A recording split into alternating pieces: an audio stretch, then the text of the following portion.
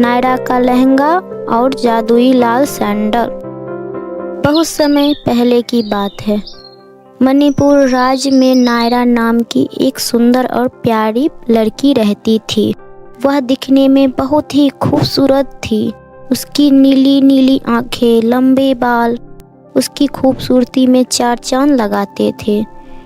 लेकिन अचानक से उसकी माँ का देहांत हो जाता है। माँ के गुजर जाने के बाद नायरा के पिता ने बबीता नाम की दूसरी औरत से शादी कर ली। बबीता के पहले से एक बेटी थी।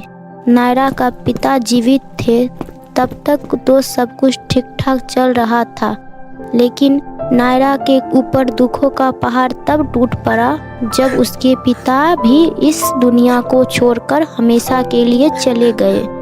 पिताजी के गुजर जाने के बाद बबीता और टीना नायरा पर बहुत ही ज़्यादा अत्याचार करने लगी। ऐ लड़की, अब से तू इस घर में नहीं रहोगी। अब से तू घर के बाहर गाय के तबेले में रहोगी, समझी? माँ, इसके कपड़े और नेकलेस कितने अच्छे हैं। माँ, मुझे इसके सारे कपड़े और नेकलेस चाहिए। बेटी, अब से इस मनहूस का सब कुछ तुम्हारा ही तो है। अब इस घर की इकलौती बेटी है। यह सिर्फ इस घर की नौकरानी है। और सुन नौकरानी, अब से तुझे हम माँ बेटियों का सारा कहना मानना होगा और घर के सारे काम करने हैं, समझी? ठीक है माँ। इतना बोलकर नायरा फटे पुराने कपड़े पहनकर गायों के तबेले में रहने चली जाती है। नायरा की सौतेली माँ और बहन टीना दिन प्रतिदिन उस पर बहुत अत्याचार करते हैं। उसके घर का सारा काम करवाते हैं और उसे पेट भर खाना भी नहीं देते हैं। नायरा बहुत ही ज़्यादा दुखी रहने लग गई। ऐसे ही दिन बीत रहे थे। एक दिन की बात है, पूरे राज्य में राजकुमार के द्वारा एक घोषणा करवाई गई। सुनो सुनो सुनो, गांव की सभी लड़कियां ध्यान से सुनो। अगले महीने महल में सभा का आयोजन किया गया है। विवाह योग्य जितनी भी लड़कियां हैं सभी को महल में आमंत्रित किया गया है। सभी लड़कियों को महल में आना अनिवार्य है। उसी दिन हमारे राज्य के राजकुमार शिवाजी महाराज अपने लिए सुंदर और सुशील जीवन संगनी का चुनाव करेंगे। यह सूचना पाते ही उस राज्य के सभी लड़कियां खुशी से झूम उठी। वही टीना ने जैसे ही यह खबर सुनी, वह भागते हुए अपनी माँ के पास जाकर सभा वाली बात बताती है। यह तो बहुत ही अच्छी खबर सुनाई है तुमने बेटी। तुम बिल्कुल भी चिंता मत करो। इस राज्य की राजकुमारी तो तुम ही बनोगी। देखना, मैं तुम्हें इतनी अच्छे से तैयार करूंगी कि राजकुमार तुम्हें देखता ही रह जाएगा। अब चलो, तुम्हारे लिए सुंदर लहंगे और सैंडल भी तो लाना है। हाँ माँ, चलो, फिर पार्लर भी तो जाना है, जल्दी चलो। नायरा वहीं दूर खड़ी उदास मन से उसकी सारी बातें सुन रही थी। नायरा का भी सभा में जाने का बहुत मन था, लेकिन अपनी माँ और बहन के डर से वह कुछ नहीं बोली। इधर टीना सभा में जाने के लिए जोरों शोरों से तैयारी कर रही थी। उसने अपने लिए 1 लाख का लहंगा बनवाया। वह हर रोज अपने उस लहंगे को पहनकर शीशे के सामने खुद को निहारती रहती थी। सभा में तो मैं ही सबसे सुंदर लगूंगी, राजकुमार तो मुझे ही पसंद करेंगे। आखिरकार सभा वाला दिन आ ही गया। टीना बहुत ही ज़्यादा खुश थी। उसने सुबह उठते ही, नायरा जल्दी आओ, कहाँ मर गई? जल्दी से मेरे सैंडल को अच्छे से पॉलिश कर दो। मुझे आज सभा में जाना है, कोई कमी नहीं होनी चाहिए। टीना सुबह से ही सभा में जाने की तैयारी करने लगती है। टीना अब सभा में जाने के लिए पूरी तरह तैयार हो गई थी। वाह, मेरी बेटी तो आज बिल्कुल परी की तरह लग रही है। भगवान बुरी नज़र से मेरी टीना बेटी को बचाए रखना। तभी नायरा डरते डरते अपनी सौतेली माँ से कहती है, माँ, क्या मैं भी आप लोगों के साथ सभा में जा सकती हूँ? उन्होंने तो गांव की सभी युवा लड़कियों को बुलाया है ना। यह सुनकर दोनों माँ बेटी जोर जोर से हंसने लगी। शक्ल देखी है अपनी? राजकुमार को अपने लिए राजकुमारी चाहिए, बल्कि नौकरानी नहीं। टीना, चलो माँ, हम चलते हैं। हाँ हाँ चलो, कहीं देर ना हो जाए। और नौकरानी सुनो, हमारे आने से पहले घर का सारा काम हो जाना चाहिए, समझी? उस दुष्ट माँ और बेटी को सभा में चले जाने के बाद नायरा घर में अकेले बैठकर खूब रोती है। आखिरकार मैं सभा में क्यों नहीं जा सकती? क्या मैं इंसान नहीं हूँ? आज गांव की सभी लड़कियाँ कितनी खुशी खुशी सभा में गई है और एक मैं हूँ कि यहाँ घर में अकेले बैठी हूँ। आज मेरे माँ बाबा जिंदा होते तो आज मेरे साथ यह सब नहीं हो रहा होता। नायरा अपनी माँ बाबा के बारे में सोचकर रो रही थी कि तभी कमरे में अचानक एक प्रकाश हुआ और वहाँ एक खूबसूरत परी प्रकट हुई। यह सब देख नायरा बहुत डर गई। नायरा बेटी डरो मत, मैं एक परी हूँ। बेटी चुप हो जाओ, मैं तुम्हें सभा में ले जाने आई हूँ।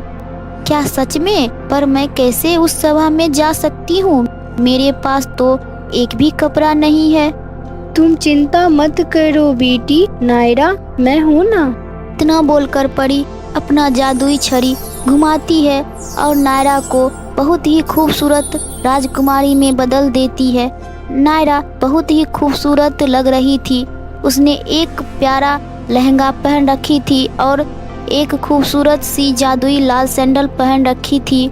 अब तुम सभा में जाने के लिए बिल्कुल तैयार हो नायरा, पर एक बात का ध्यान रखना, तुम 12 बजे तक ही इस रूप में रहोगी। 12 बजे के बाद तुम फिर से अपने पहले वाले रूप में आ जाओगी। अब तुम जाओ। नायरा सभा में चली जाती है। नायरा जैसे ही महल में प्रवेश करती है, सभी की नज़र नायरा पर ही टिकी रहती है। नायरा पूरे सभा में सबसे सुंदर और मासूम लग रही थी। नायरा के इस बदले हुए रूप को उसकी सौतेली माँ और बहन भी नायरा को पहचान नहीं पाई और हैरानी से सब नायरा की तरफ देख ही रहे थे। नायरा आज सबसे सुंदर और प्यारी लग रही थी। तभी अचानक राजकुमार की नज़र नायरा पर गई। राजकुमार नायरा के इस ग्लैमरस रूप को देखकर मनमोहित हो जाता है। राजकुमार को नायरा पहली बार में ही पसंद आ गई और वे नायरा के पास जाकर उसे अपने साथ डांस करने के लिए कहते हैं। नायरा खुशी खुशी राजकुमार के साथ डांस करने के लिए हाँ कर देती है। डांस करते करते अचानक नायरा की नज़र दीवार पर टंग रही घड़ी पर जाती है। हे भगवान, परी ने कहा 12 बजते ही मैं फिर से वही फटे पुराने कपड़े में वापस आ जाऊंगी। 12 बजने में कुछ ही मिनट बाकी थे। तभी नायरा वहां से भागने लगती है। नायरा को भागते देखकर राजकुमार नायरा को रोकते हैं, लेकिन नायरा राजकुमार की कोई बात नहीं सुनती है और घर की तरफ भागती है। तभी भागते हुए उसकी एक सैंडल वहीं महल में छूट जाती है, जो नायरा के पीछे भागते वक्त राजकुमार को मिलता है। घर आकर नायरा राजकुमार के ही ख्यालों में खोई रहती है। पता नहीं अब मैं दोबारा राजकुमार से मिल भी नहीं पाऊंगी। वह मुझे कितनी रोकने की कोशिश कर रहे थे, लेकिन मैं क्या करती। उन्होंने अगर मुझे इस हालत में देख लिया होता तो मुझे कभी नहीं अपनाते। मुझे ज़्यादा नहीं सोचना चाहिए। कहाँ वह राजकुमार और कहाँ मैं एक मामूली सी नौकरानी। हमारा कोई मेल नहीं है। नायरा रात की सारी बातें को भूलकर अपने कामों में लग जाती है। इधर राजकुमार अपने पूरे सैनिकों को उस लाल सैंडल वाली लड़की को ढूंढने में लगा देता है कि आखिरकार पता करो कि यह लाल सैंडल किस लड़की का है।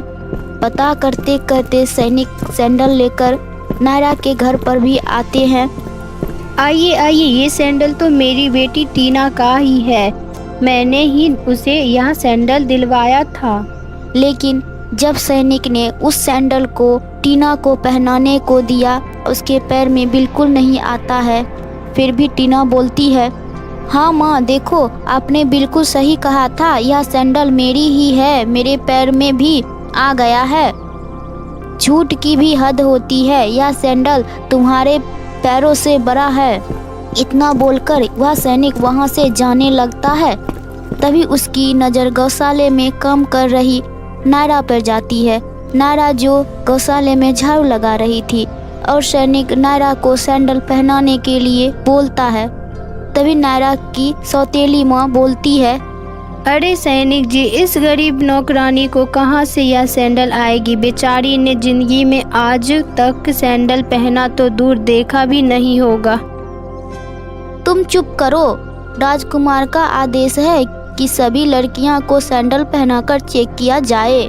नायरा जैसे ही उस लाल सैंडल को पहनती है, वह सैंडल उसके पैरों में बराबर आ जाता है। क्या यह लाल सैंडल आपका है?